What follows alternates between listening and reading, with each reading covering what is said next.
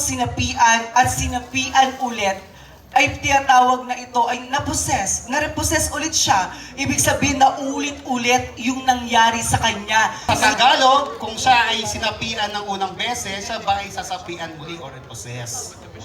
Sapi. No time limit, go! Ang baliwan yung tanong.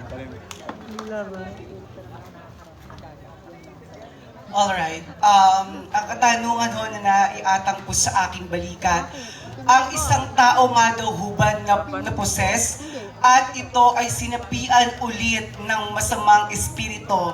Matatawag mo daw huba ito na repossess o sinapian ulit.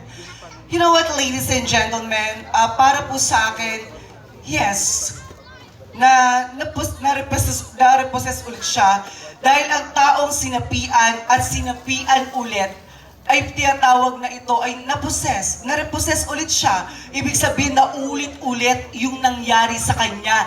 Nangyari ulit yung sinapian o yung espiritu na pumasok sa kanya.